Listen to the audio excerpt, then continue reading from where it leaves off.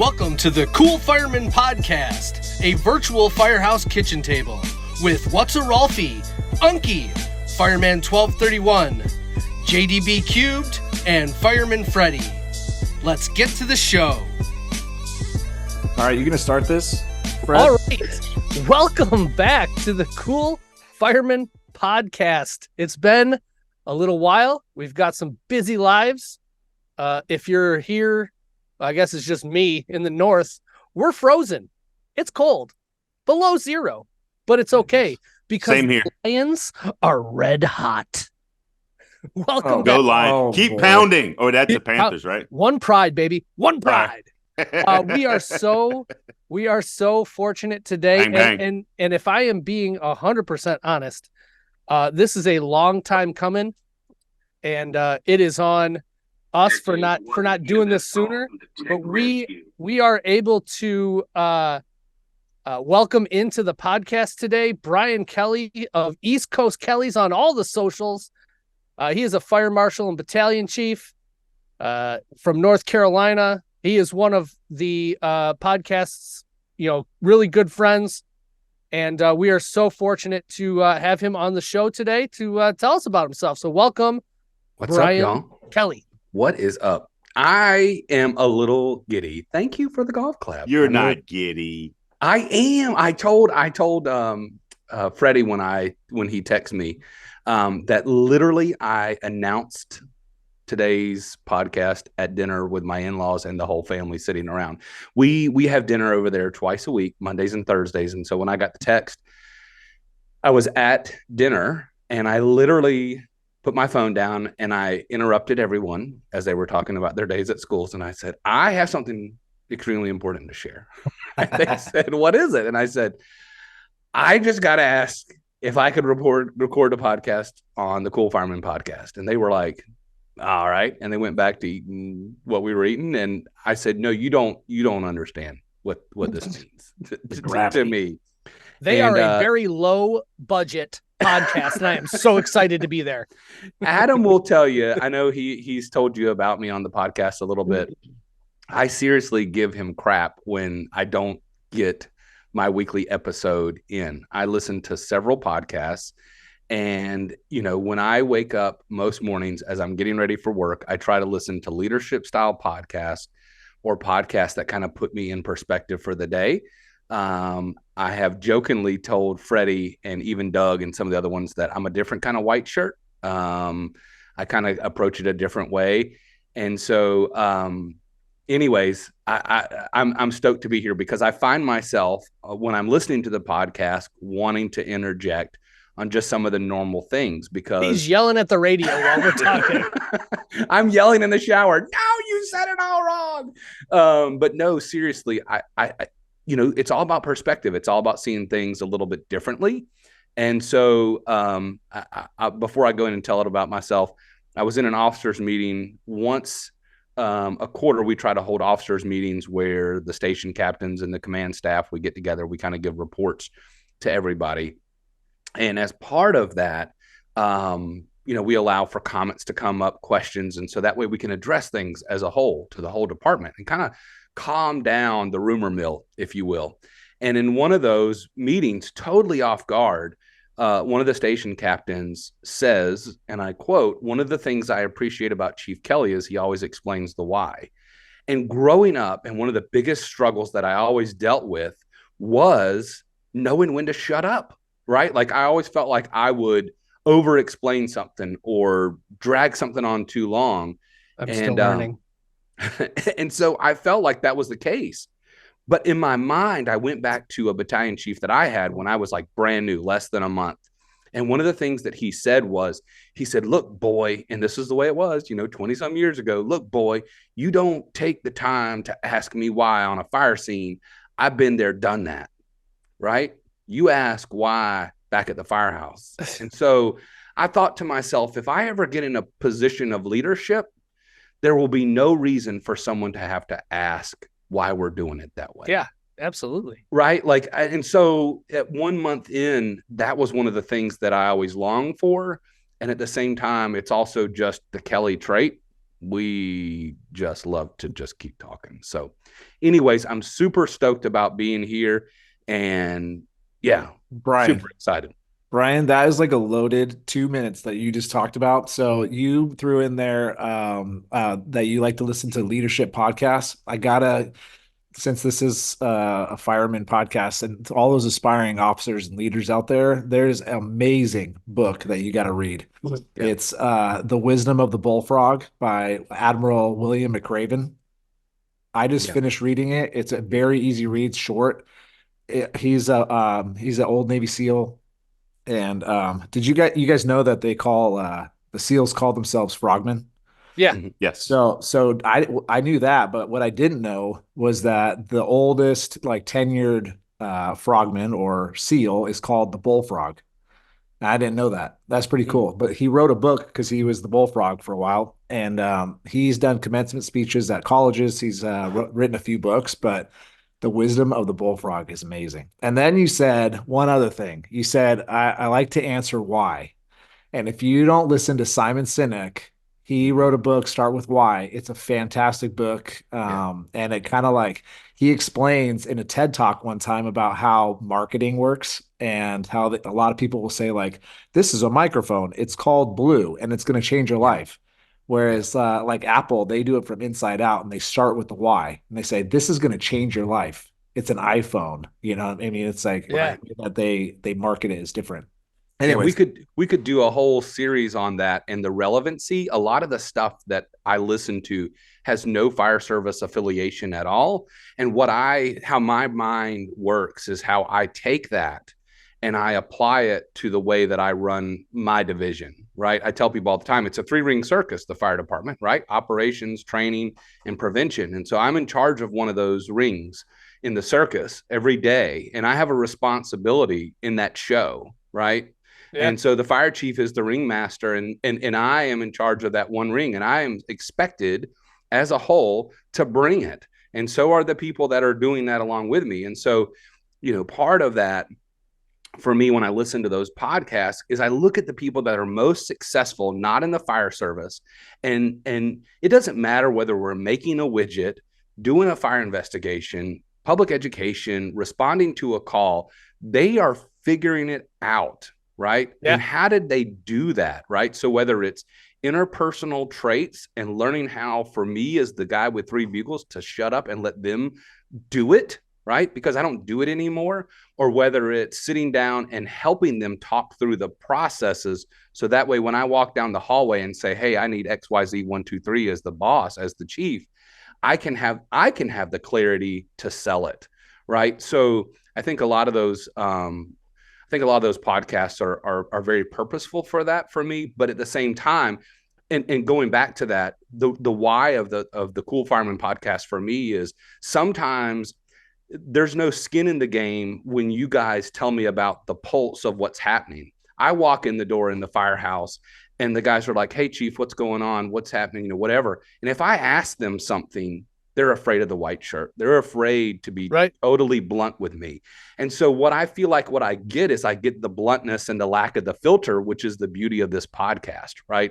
So we know that all we have to do is change the patch on our shirt and we're still providing the same service, the fundamentals of how we do it and the processes, but the culture, right? And the realities of how things are working are systematically the same. So it helps me just to kind of get a feel and some information from firemen, right? Like that are out doing the work that I'm responsible for in my ring, right? And sometimes I don't always get from my people. So, well, there's the one thing that I really liked what you said there was like, don't ask me why on scene, ask me why later. And people can comment or reach out to us or whatever. I don't remember who said it, but the quote, and I'm probably going to butcher the quote, but it's information held is information lost. Like information is not a commodity that you're supposed to collect. It's something that you are supposed to pass on. And that is something that I personally am very interested in, passionate about, whatever you want to say. Like there's no reason that somebody should ever be threatened by somebody else trying to learn. Sure. Because if you are comfortable in your skin, if you gather that knowledge and you apply it appropriately, and you help others out, then you succeed as a team. If you're somebody who's trying to operate as an individual within a team, that whole team ends up going in 5 different directions. I don't think it's productive. I think his concern at that moment, and me being a young person now looking back, I think his concern in that moment was service delivery, right? When you ask into why, there's not time Brunacini, for that. huh? Yeah, there was not time for that. But at the same time, if looking back on it, I think if he would have done his job better, if I do my job better now, then there's no reason to ask why, right? It's a much better run organization. It's a much better run, service delivery, and the customer reaps the benefit. The crew reaps the better benefit. We reap a better benefit because we're more efficient, right? So the end goal is we provide customer service to the citizen, and then we turn around and get back to the firehouse to do all the other things that are taking up our time that we need to get done, that we don't have enough people to do, right? Like that's the end result. I don't care what ring you're in, you don't have enough people to get it done. There's always more time for training. There's always more work in prevention, and there's never enough people in operations. And that's the reality of it, right? So when we provide that clarity and we invest our time like we need to, then we're able to have a better turnaround all the way around. For sure. So your logo on all your socials is pretty sharp logo. Let's be serious here. Yep, right on your head there. But there's 3 words that are right underneath it: faith, family, food. And I have a feeling that the order of those is not by mistake at all. And the choice of those 3 words, I don't think is by accident either. So maybe expand a little bit on why faith, family, and food in that order is something that's important to you. Yeah, so faith, family, and food. The reason why we chose those words was because they are our priorities and they put them in order for that reason. Some folks pick words of the year. My word for 2024 is focus, and so literally, I want to focus on those 3 things and in that order, right? Because that's what happens. A very good friend of mine that very early on in the fire service committed suicide. And he and I had several conversations about his faith. He was a very open atheist.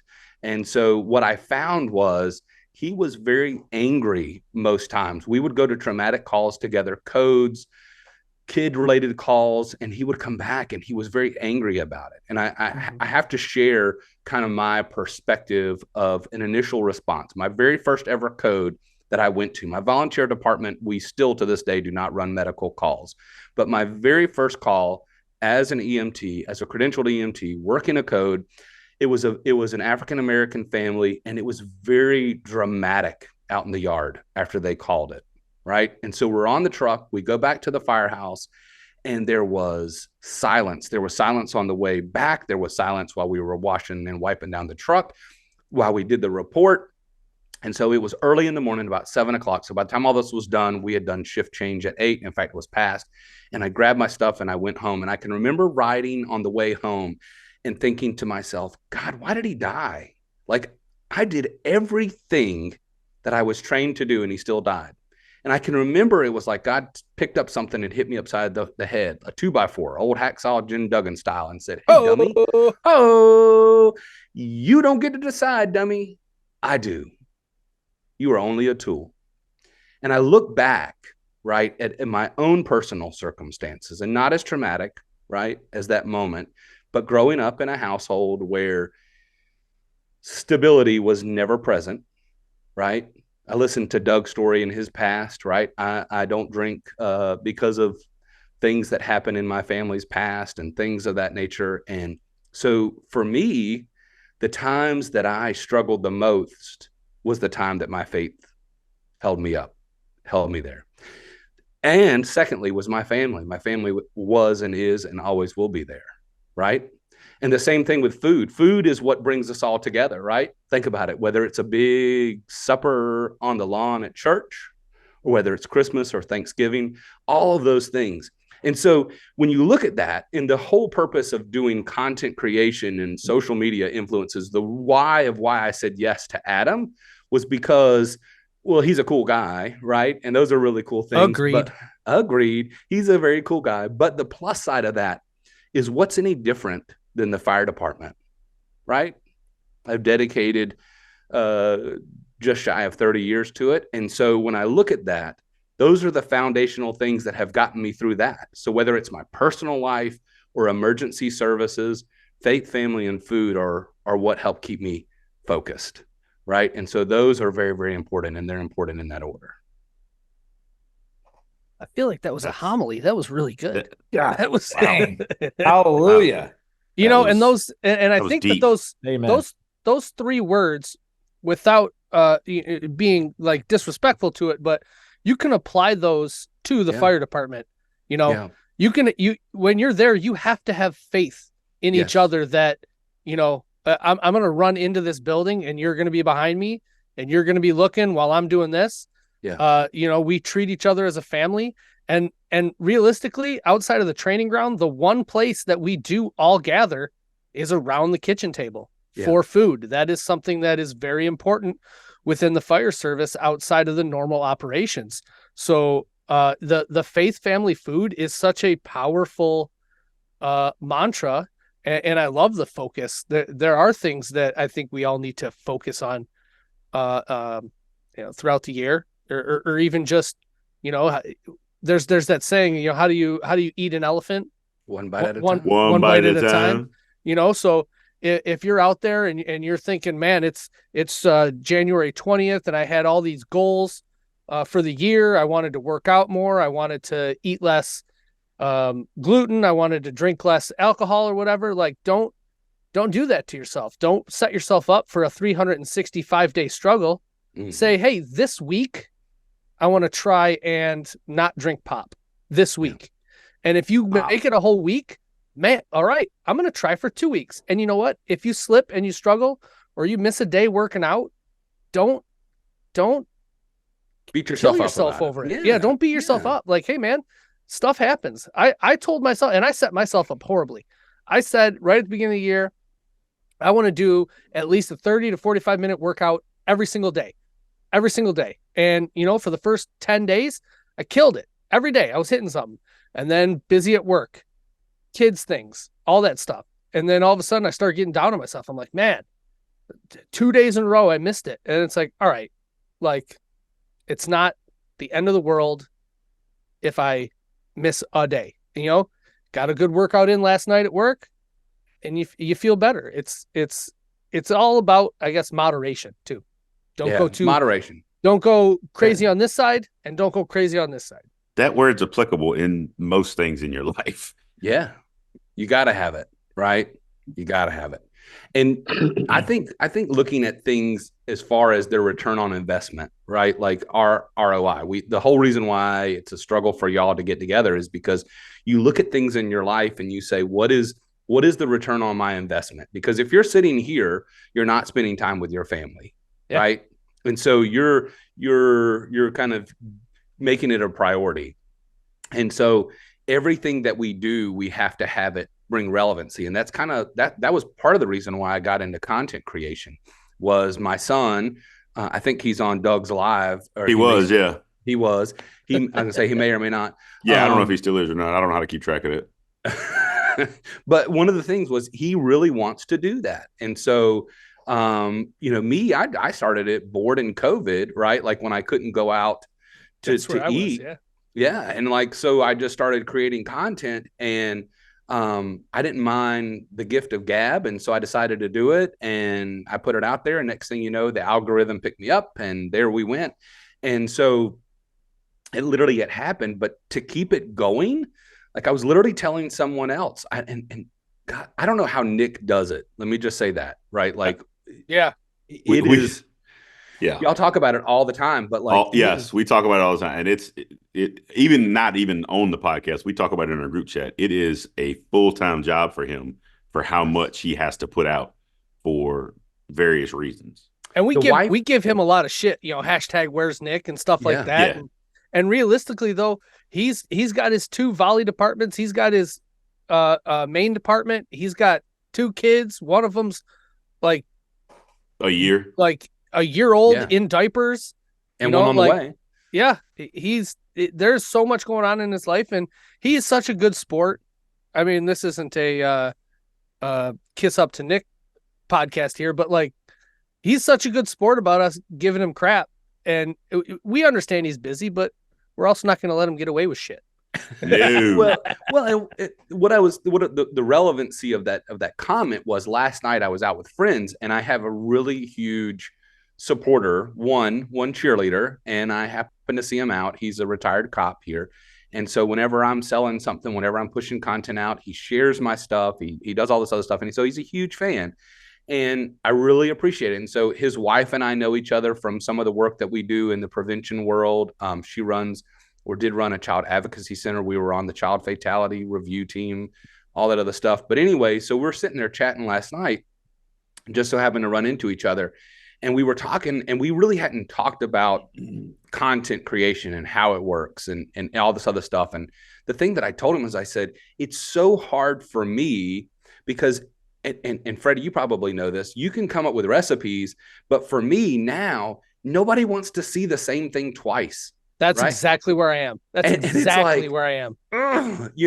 I have this griddle and I have this smoker and I have this and I have that. Like, for example, let me give this example. In my community, they don't sell bratwurst patties, right? So I saw a video where Heath Riles made a bratwurst patty. And so I was like, cool, I'm going to do my own spin on it, right? Like, hey, copycat Heath Riles patty. And so I cross-post it in groups, and you would have thought I crucified the Midwest, right? Like, up your way. They're like, oh, you can just go down to Kroger and buy that. And I was like, whoa, I can't buy it here, right? Like, don't hate on me. I can't do that. But something that simple of like, hey, I'm just trying something new because I've never had it before, and I didn't think I could make it. And for the whole rest of the East Coast that can't buy it that way, who'd have thought that we could have made that? I mean, I posted a video of cooking hot dogs on my griddle for my wife's 2nd grade. Adam's shaking his head. I think he remembers when I posted this. And the amount of hate comments that I got, oh, those aren't in a row. You didn't wash them first. Those aren't cooked enough. Them? Yeah. Who the hell washes a hot dog? Exactly. I was like, I heard you're supposed chicken. I heard you're supposed to save your hot dog water because it just gets better and better.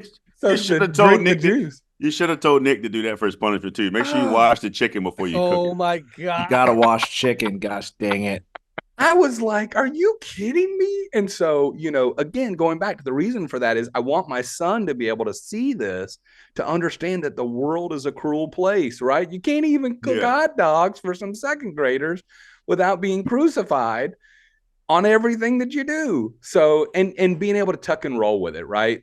Like, so whether it's responding to an emergency or cooking hot dogs, there's going to be a million critics in this world who think that you do it wrong, but you got to get up, wipe your britches off, and just keep rolling, right? Like in everything that you do, but make sure that in all of this craziness of life, that it has value and that it brings back right to the purpose of it, of what really matters. Hey, Freddie, I got a little comment from Colt here. Yeah. Matt's buddy out there in California. He said, go Lions. That's coming from a Vikings fan. Heck yeah. Whoa. And he also banged out 2,500 likes. Now he's got to go. Yes. His thumb hurts. No. Like a paintballer. Colt's the guy that sent us the message. I don't know. I can't remember. I think it was through an email, and he said, no, it wasn't an email. It was through YouTube. It was the YouTube video post that we did or whatever. And that's where I recognize his name, because he said that he lives a little north of me. But anyway, he's a big fan, so he's gonna listen to this. Brian, you were saying like with the how many times can you make one recipe and post it or whatever? Yeah. The other thing that I run into is I have 2 very busy children, and a lot of times I only have 45 minutes maybe to get dinner made and on the table and eaten. And, Matt, Unkie, Brian, Doug, you do a little bit of cooking, but it's not your main content. No, like, I don't. It does not. When you try and film, I like to eat. when you try and film for content, like it's like a 2.5 hour process. I feel like, and that's just making the food. And that's why there's a lot of times that, like, I'm like, all right, this would probably be a good one to make content for. And I look and I'm like, I've got like an hour and 10 minutes to be able to get it done, get them fed, and get out the door. I'm like, I can't, it's not going to happen. And so unfortunately for myself, I've fallen off with the content creation a little bit. And part of that is I can't film on duty at my new department. That's where I made 90% of my content before, because I'm on shift. I'm not going anywhere. We have to eat. That's I cooked what started every day. Nick's. Yeah, it is. And it is what it is. There's guys at work that kind of give me crap. They're like, dude, you should just film and post it and ask for forgiveness. And I was like, no, I'm not going to do that. It's not the type of person that I am. I'm sure there are people out there that are like that and be like, oh, sorry, I won't do it again. But that's not my character. Yeah. And so right now I'm just going to ride out the lull of content, and if we have in the next, I think it's like 4 years and some change that our chief is going to retire, like maybe in a few years I could go back to it. I don't know. It is what it is, but I find myself having to kind of pick. So if I do a repeat that the family really likes, I'll try to go live during those, because I can't I don't want to recreate the content, but I do want to recreate the meal. So right. How many times can I post chicken pot pie with biscuits? Right. Which was delicious, by the way. Yeah. But if the family loves it, right, it's an opportunity.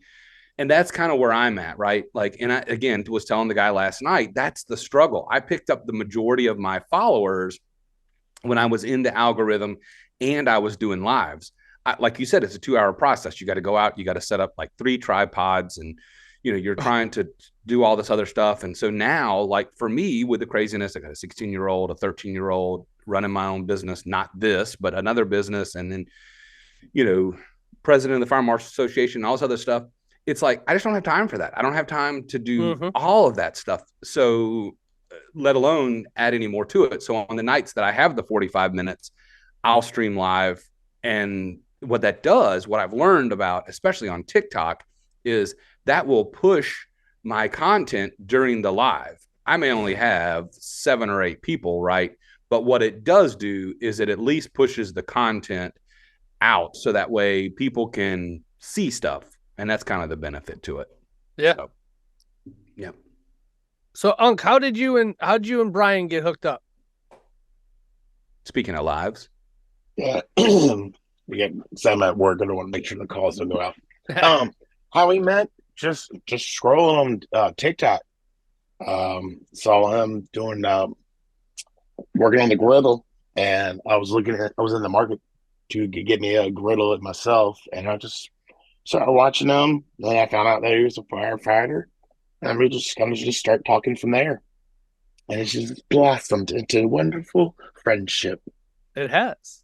Yeah. It's funny how much TikTok realistically has brought us all together, and you hate to give it credit, but you can't help but give it credit. And it sounds so silly if you tell somebody like, oh, how'd you meet Unkie?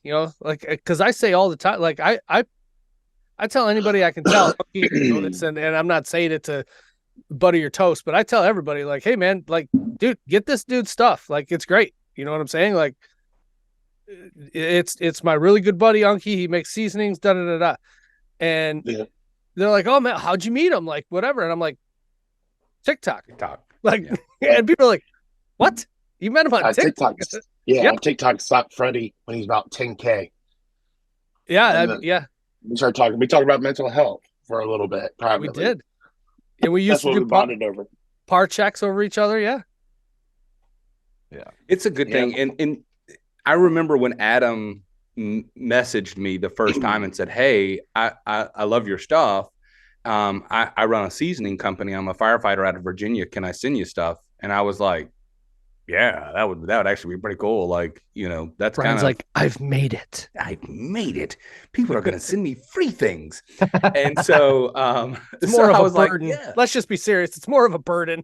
It is. At some point, it begins that way, right? Like when you start getting stuff from overseas, my inbox every day in TikTok shop. Hey, we want you to promote female leggings. You don't want to see this in that. Okay. That'd be awesome. I want to do female leggings. You know how many of those ear cleaner things I've been asked to? I don't want it. Yeah. So when he messaged me, what was that? Probably 2.5 years ago now, Adam, maybe 3. Yeah. I was like, yeah, I'd love to do that. And so we pushed the content, and I kid you not, as soon as I started making content for Adam, I started getting other companies who were like, hey, we see that you're promoting this content. Would you be interested in doing it? Another one is and this was private folks. Randy's Rubs out of Texas, a very good friend of mine. And I remember having that conversation with Adam. It does. But I texted Adam and I was like, rubbing tongue. Randy's rubbing Texas. So special seasoning. I sent Adam a text, and I remember like I felt a little guilty. I was like, hey, do you mind if I like promote this other guy's seasoning? And he was like, dude, you know how many people that I text and I interact with that own other seasoning companies? So the market is big enough, right? It's like saying, hey, Chevy, I know you make trucks, but would you mind not making any more because I want to corner the market? Like that's not how it works. So I had to put my bigger picture hat on. And so, but I have been very selective with people that I work with. And so, like when we did the collaboration a couple months back, that was pretty special. And I tell all you guys, I was like, I just appreciate to be a part of your platform. Yeah, thank y'all for it. I feel dirty. I feel dirty if I use anything other than I literally feel like I'm cheating on you. It puts a pit in my stomach, and I know you've said it a million times. Like I use other. You're like, dude, I use other stuff than my stuff.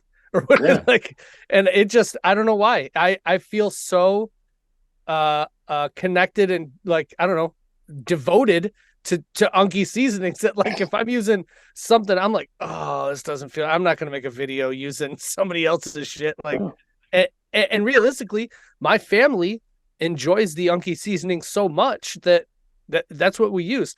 And Unkie, my family enjoys the seasoning so much, my son's podcast class in middle school, my son has a class on podcasting. He's learning how to do it and whatever. They had to make up their own one. And the one he chose to do was taking players' Madden rating and comparing it to like real life and whether or not they thought it was accurate.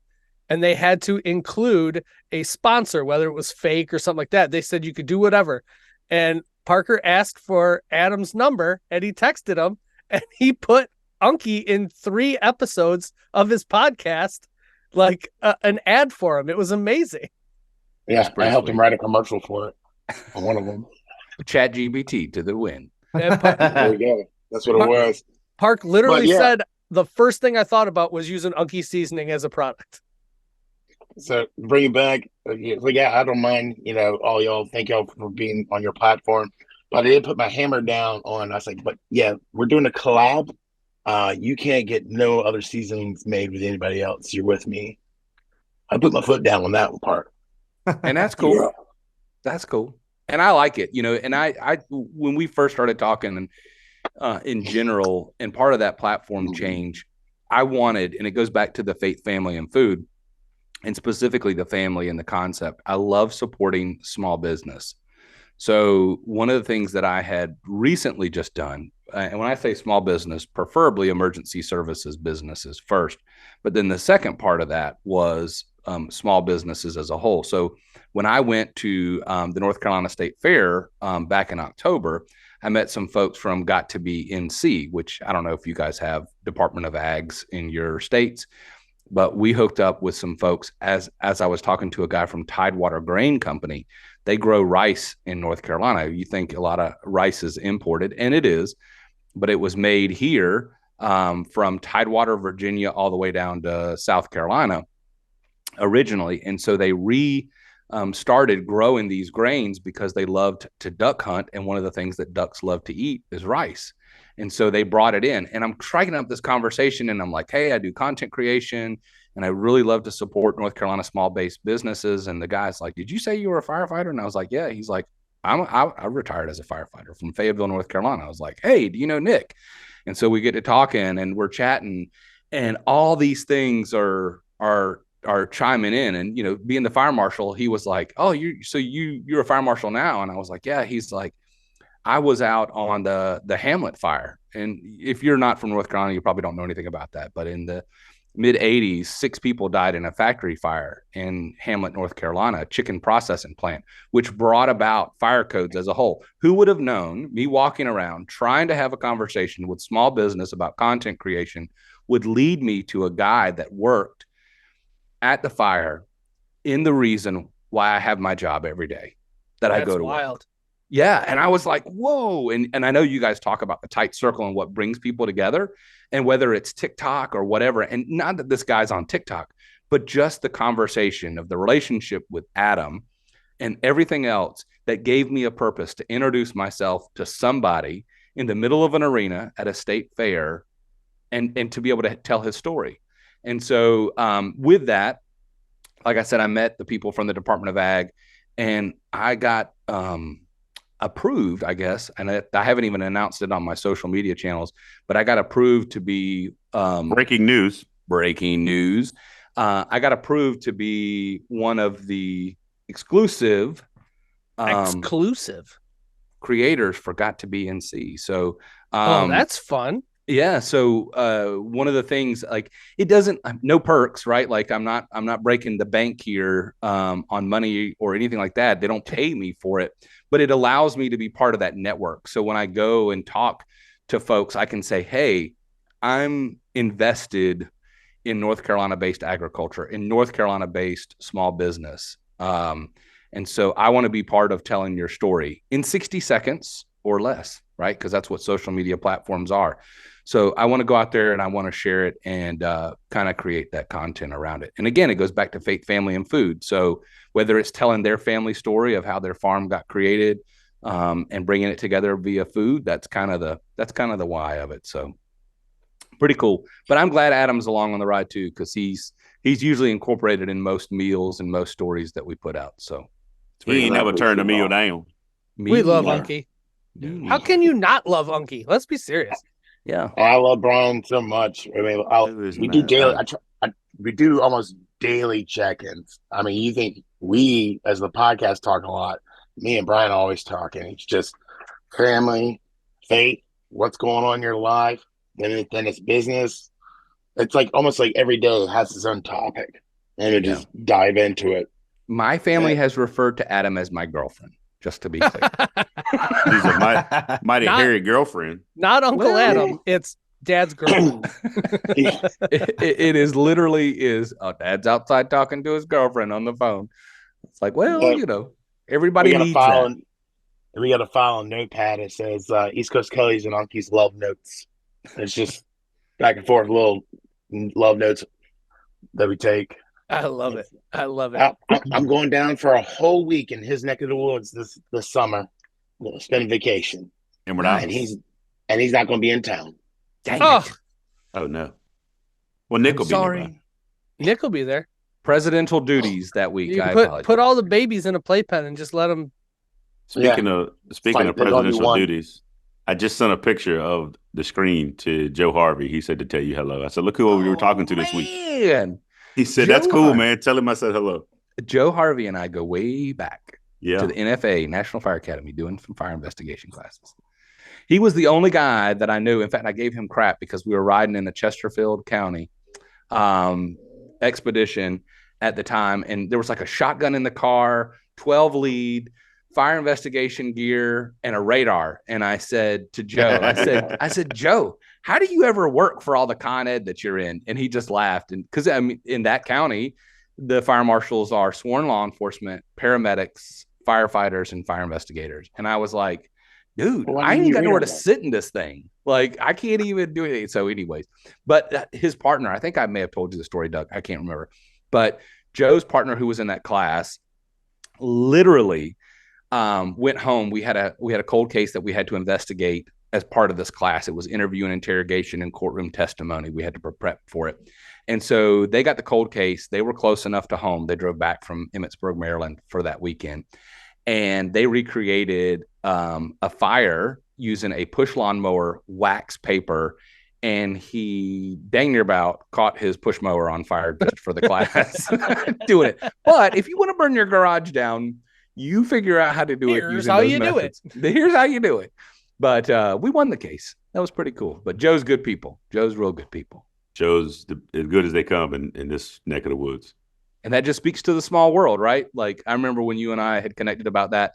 And not only that, I'm going to give a shout out to a young guy. I say young guy. He's probably our age, who also works with you. I think I've mentioned it. His name is Eric Graziano. So he's in the fire marshal's office. Yes. Just recently came off of shift work. I taught him his inspector down here. And so he was trying to get me to, I think I wrote a letter of recommendation for him. And so, but yeah, he started working down here, then moved back home up that way, and then got into the fire marshal's office. So yeah, talk about small world. Like, you know. Yeah, little grazie, little Mario. Yeah, it's a Mario. It's a little Mario. Matt, you look like you wanted to jump in there. No, I just was admiring Doug's coffee mug. It says "I love Seattle" on it. Is that what I'm reading? What? I can't hear what you're saying. You're on. Oh, sorry. This is my wife's Yeti. Oh, it says "Love Seattle." I'm and going up Orange County. No, it says "Love Seattle." Yeah, Seattle's a special place. Yeah, she just grabs stickers everywhere she goes for work and sticks them on this humongous Yeti. He's talking as a 49er fan. He hates. I lost my big water jug, which I just got back and washed yesterday. So in the meantime, I've been using hers. I'm going to be forced to hold this dog. Like I've been literally trying to pacify him. Look at him. He just like puts his head down. Just got a question on the live about what we thought about the Portsmouth car fire the other day. So I'm going to answer that. Go for it. The one that Unkie sent us yesterday. Yeah. Go for it. Because I was gonna do a turnout drill with Brian. We didn't really talk about that video on the text thread. It kind of just ended, and I was like, "Are they thinking what I'm thinking?" I mean, I don't know. I just told him we'll probably discuss it on here. Send it to Brian, then we can talk. I mean, dude, woo, yeah, that was interesting. Okay, yeah, send it because I haven't seen it. Full send. What was the other thing I was going to say? Oh, Brian, you were talking about your buddy and how he has a shotgun and investigator gear and turnouts and a big beep. I'm like, I'm trying to find a way to come to the East Coast. You know, my cardiologist is imploring me to get off of the floor, which is very interesting. Texas thinks they've got cowboys, but come to the East Coast. Exactly. So yeah, that sounds pretty fantastic to me. Just to be clear, we do not have that level of certification and training. So right. Here comes your kid. Yeah, there's my oldest Preston. He's come to get the dog. I told him, I said, please come get him. So that's the one who's aspiring future podcaster, sports commentator. Awesome. Yeah. Very good. Did you get ball that player? video? Yeah, Doug. He needs some coaching tips. He's the ball player. So I got you, no doubt. All right. Did I get sent the link? So the link that we're talking about, the video that we're talking about, because we're not going to have it up on anything where anybody can see it. I mean, I could show it on my phone right now, but it's not going to show very well. Yeah, no, it's just a no. That's not going to do it. It's a vehicle fire, and I think there was just bystanders. I only watched it once because I kind of there's police. There's police there in the back end. It's like a Tahoe or Suburban. It looks like a Suburban, and the back end of it's on fire. Yeah, and enough to where the tires have blown out and completely melted away. And it came in with a title, right? The title said "Trucks on fire with the unresponsive individual." Yeah, unresponsive individual. Yeah, so I mean, it looks like the gas tank's involved at this point because it's burning so fast. And now they just busted the window out, and there's obviously the incipient gray smoke coming out. Yeah. They who? It looks like a police officer. Somebody busted the window out. It's a lot of cops. What it looks like to me, your first unit just pulled up. A chase because there was either a chase or right beside headquarters. There's a lot of cops around there. Yeah, I got you. My investigative world, I apologize. I'll ask a lot of questions because that's just the hat that I wear. In P-Town. They're yelling at him. And now he's sticking his head out the window. So the unresponsive guy is now responsive, right? Like, yeah. I mean, the fire keeps getting worse and worse in the rear part of the vehicle. Yes, and it's starting to creep up into the passenger compartment. And he's finally sticking his arm and his head out the window. It's over his head. There's fire over his head. Yeah, the guy that asked the question just said, police make great flow paths, and we can all confirm that is true. Yes. Oh, yeah. Asked me 2 shift days ago on a structure dispatch, thermostat ended up burning up in the wall, whatever. Both of our fire marshals there couldn't figure out what happened either. That was a weird one. But anyway, a cop said, hey, man, look, if we get here before you do, what do you want me to do? I said, don't break. Unless somebody's hanging out of a window or beating on the window or you know somebody's inside, don't make any more holes in the house. And if the door's open, shut it. Yeah. Oh, okay, cool. No doubt. Hey, I'm just impressed that they actually asked you. Hey, Nick's making breakfast at the fire station. Nice. It's 12 o'clock. He already made it. He posted his reel 20 minutes ago. Okay. So what's the question? What's the question for me? You said you're going to do a turnout drill on it. What's my question? Yeah. Based off of that finding of fact. Oh no, that's different. What the video? I was going to do our turnout drill that we haven't done in a while. But even once the firefighters get there, why don't they get the guy out of the vehicle? I don't understand. Do they not know? They're stretching hose. They absolutely know. There's no way that they don't know. Yeah. They're more worried. They're more like focused on putting that fire out than saving. Where's the guy's jacket at? I'm thinking it's all Monday. This is all Monday morning quarterbacking. We don't know what's said on dispatch. Probably the police dispatcher knows there's a person in it.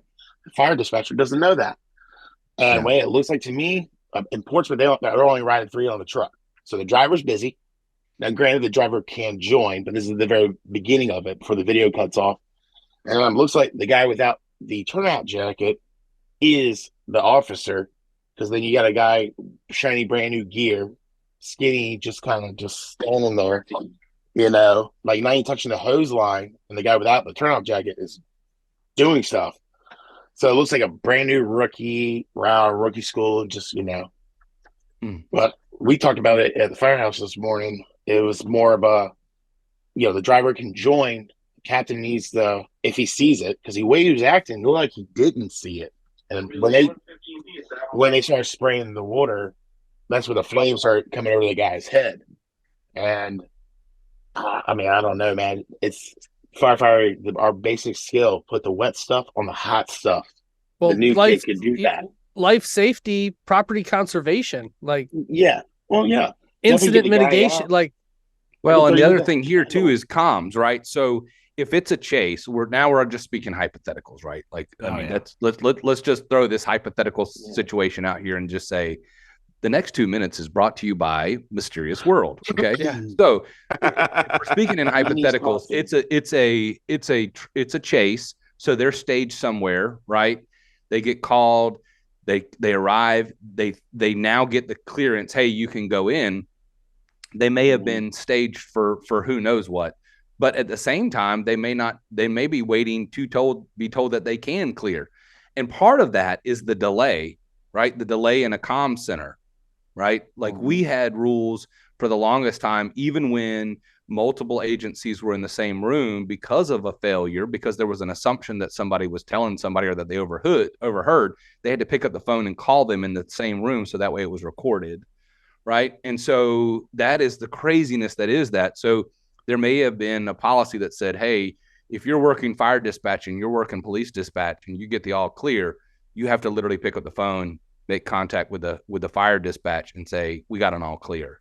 Mm-hmm. And then we got to get that unit on the radio. What channel are they on? What ops channel? Oh, they're on ops 3. Okay. And so there's these delays that, man, goes back to customer service, right?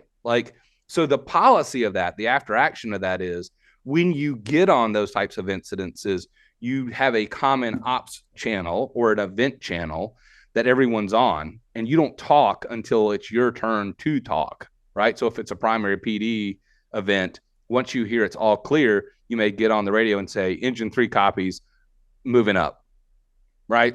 That's the whole thing. But if you stay in your silo, law stays in their silo, fire stays in their silo, and EMS stays in their silo, who suffers because of that? Right. Everybody. In the hypothetical mysterious world, the guy in the car, the person needing help. Yeah. That's what happens, right? And so that's why, in my mind, the different type of white shirt that I am, been there, done that. We got to get it to where the people that need the information get the information, right? And so if that means that the post-incident critique on something like this says, hey, we need a common ops channel, and hey, Captain, we write a policy that's for the dumbest one. You don't say anything on a PD event until they give you the all clear, and it now becomes your role on that incident at that moment, right? Because up to that point, it's not, right? And that's the beauty of unified command, right? Like it's gotta transfer that way. Yeah. We can come out of a mysterious world now. We have PD and fire department dispatch, so they do both. Yeah. But PD does have its own tactical frequency, and then we are on a different tactical frequency. So the first thing I do is tell the guy that's sitting backwards, "Hey, turn on green 1, dude." We have access to their tactical frequency because we take this CLETS class or something that allows us to listen to law enforcement frequencies. And so we gain a lot of stuff. We know if we're cleared to come in, how many patients there are in a TC, because they're hauling ass. I mean, they don't have to get turned out to get to a TC, and it could be a big one, and we, before we even get there, it says, hey, PD's, saying we got 3 or 4 patients. So we can, start another engine, get another ambulance coming, like before we're even there. It's a huge, deal. So I got a question. I've been listening to the podcast for a long time, and everybody has different processes. What, the 3 that are listening, Adam stepped away. I know he's a basic, but for the 3 medics, are your 911 centers, do y'all EMD your calls, like on dispatch, or do you say our dispatchers are just starting to EMD? But if you were to come right along in my fire department for even one day, you would realize that our dispatch is primarily police dispatch. Yeah. We're kind of a secondary. Our police officers have way more contacts than we do in our town. And so understandably, our dispatchers are getting better at dispatching police. And so that's kind of been one of our things. I mean, I've been with the department for almost 12 years, and it's just like, God, why, they just can't get fire right. And it's just because, they just don't do it as much as they do PD, but they are starting to do EMD. And I mean, do I think it's helping? I mean, I don't really know. I don't really know. Well, Doug, looked like you were going to say something. We started using a system called Pro QA not long ago, and it's more question asking, but it gets you a much better detailed dispatch for whether it be a chest pain, whether is it cardiac chest pain, is it traumatic chest pain, is it I've been coughing for 3 days and that's why my chest hurts. So you don't get that lights and sirens response for chest pain versus I'm sick and I've been coughing for 3 days. Well, now I can take my time and get there, and I can go. I don't need to disrupt traffic and that kind of thing. That's been really helpful for us. And do you priority dispatch? Yes, we have priority 1 and priority 3. So when I say priority, I mean like your call processing. So like your call processing part of that is, hey, I'm having chest pain. Boom, that six card drops. Right, I assume so that they then they're processing. Hey, my house is on fire. Okay, well this one that we need to hold on to the belly pain, and we need to get working on this one. Well, yes and no. So what I'm saying is, like on the EFD and the EMD side of this, what ends up happening is you'll priority dispatch. So, hey, my house is on fire, right? So they're going to drop a structural response, right? And what that does is, the beauty of that is that allows for the turnout time and the call processing time to overlap, right? So you're on the way to the truck and they're still asking questions, because if they were to wait and get all that information, right, then that delays that service. So we don't do that. No. There you go. Okay. So those are doing that. And the reason why I say that, Matt, is because if they haven't started going to that, that's the beauty of it, right? And so while you're en route, the average response time, the 4 to 7 minute response time for a department that's fully paid, or fully staffed, I should say, not paid, right? Because there are volley houses that are staffed. But when you do that, what ends up happening is you have a much more informed officer that arrives on scene than not, right? Like, I can go back to one of my first fires that I ever investigated, and I pulled the 911 tape, right? Which, again, being an investigator, we get that bit of information that a lot of frontline firefighters don't get, right? Like, you don't get that on that structural response. And I can remember initially on some of the first ones, like there was a lack of critical information not being relayed on it because of how that information was not transferred. And the dispatch world has greatly improved our efficiencies on scene, right? By learning the ability I call them the true first responders, right? So like they are getting that information, they're sharing it, they're giving life-saving measures, and then they're putting that information out for us to have, so that way we can make tactical decisions prior to arrival, right? Like that is huge, right? Like an exposure question, right? Hey, you got a vehicle fire. Well, if they drop a single engine response and they never ask the question, how close is it, right? Or is it in a parking deck or, whatever? Are you going to change your organizational response? Or heck, even if it's not in policy, are you going to change your decision as a right seat captain based off of what happens, right? Yeah. That information. We were all verbal for the longest time, and now it's obviously computer, and all of our comments come through in text now. Mm-hmm. And of course you'll get a live person if you key up and talk to them. But like you said, with that continuing flow of information coming in, the last fire I went to riding the right seat was an apartment complex. And once PD marked on, they had a comment that said, hey, there's fire through the roof. The comment popped up on the computer. Well, that keys in me because it's constantly being updated. Yeah. Hey, look, I need a second alarm because we're going to be in rescue mode. I've got a lot more stuff to do. I need a lot more hands. Sure. Because you're getting that on the way. Police is requesting to step it up. Yeah. Well, thanks. They're all parked in front of the building and they want you to hurry up. Oh, okay. I'll drive faster than code. Okay. Yeah, it's 2:30 in the morning. Like there's nobody on the road. I can't get there but so much faster. All right, Brian. Here we go. Good stuff. You're gonna get a turnout drill here. All right. Wrapping it up. So I need you to pick a number one. You're gonna do this 3 times. Pick a number 1 through 25. 16. 16. That's my volley house number. So. All right. Who is the most influential person in your life? Oh man. That's a hard one. Because all the influential people have been influential for different reasons. I don't know that I have one necessarily that I could narrow down. If I could say, fire service, definitely not one that I could narrow down. Just because I've learned to pick up tidbits all along the way. Yeah.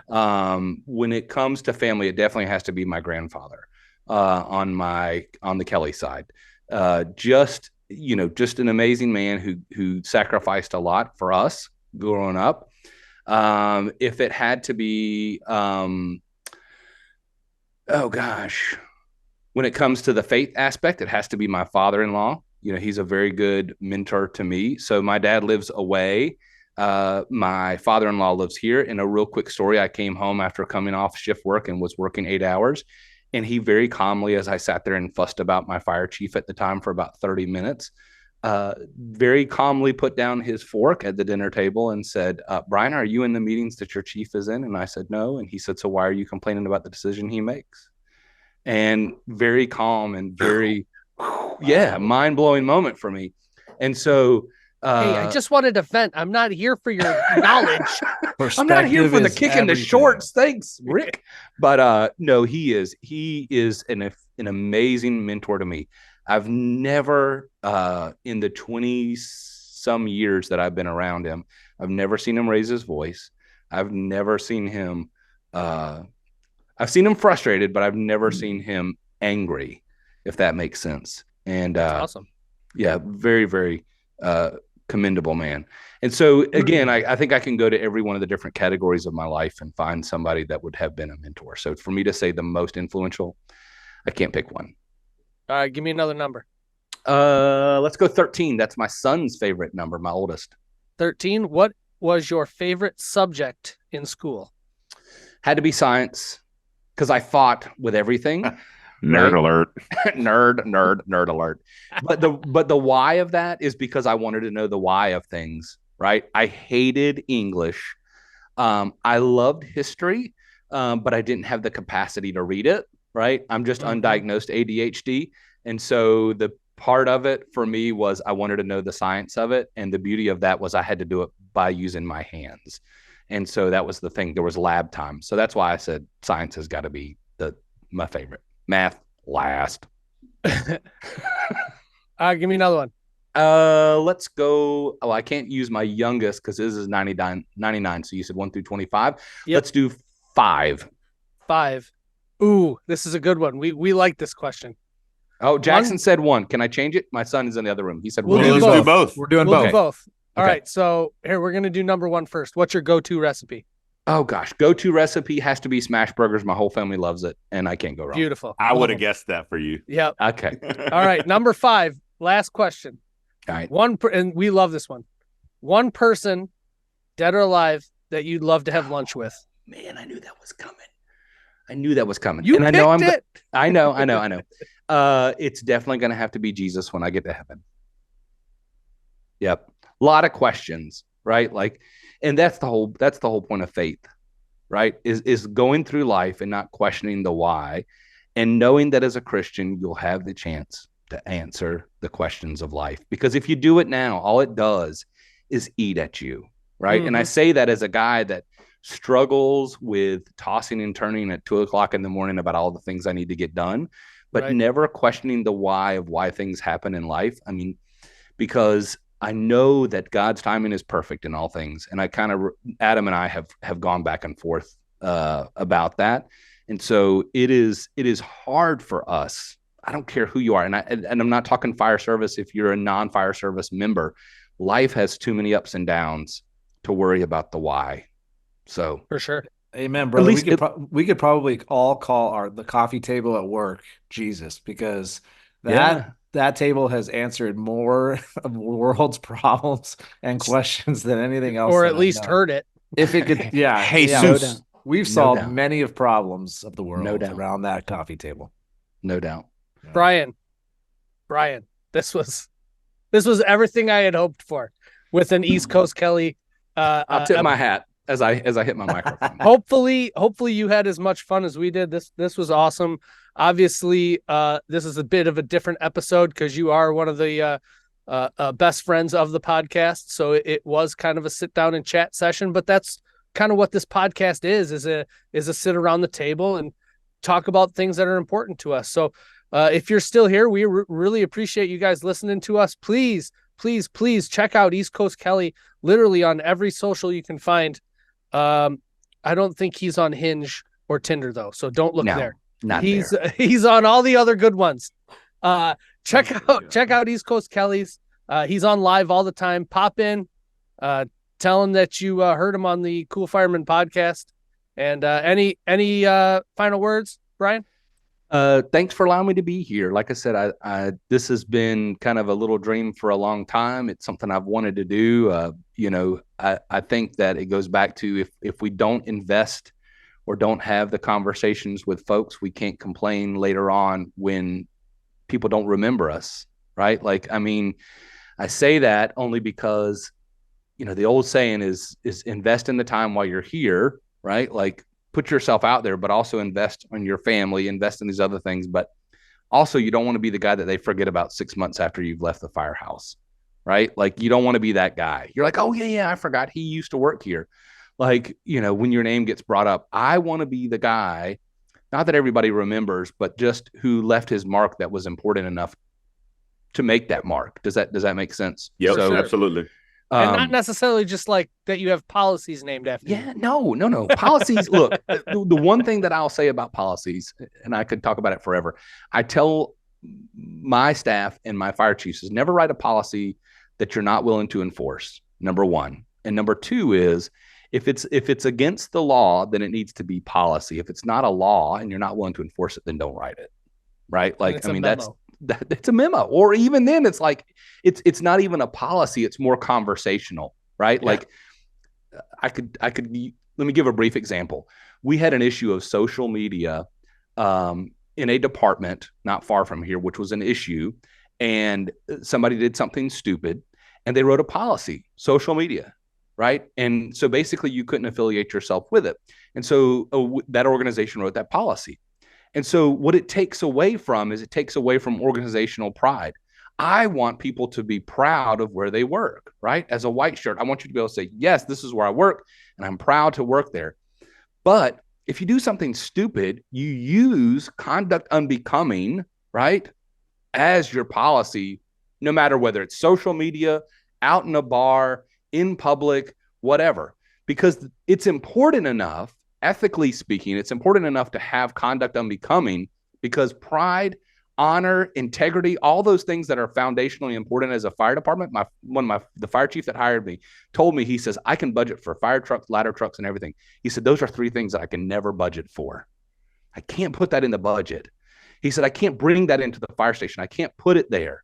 Right. And so when you have that and it's lost, it's toxic for an organization. Right. Sure. And so for me, those policies, what is the point of writing a policy that no one wants to enforce? If somebody does something stupid on social media and you say, well, we need a policy about that. If it's a one-off, put a generic policy that allows, put that kind of deal with it. But then everything else is all relative. So leave your mark, right? But in a good way, not in a bad way. Close it. It's done. And there it is. There it is. Yeah, there it is. Thank you, Brian. Yeah, thank buddy. you for joining us. This was awesome. Everybody check out East Coast Kelly's. Adam left us, I think, for a call.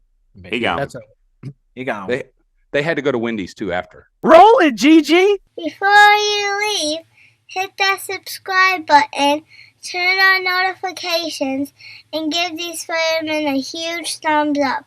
Also, make sure you check out thecoolfireman.com for more. Thanks!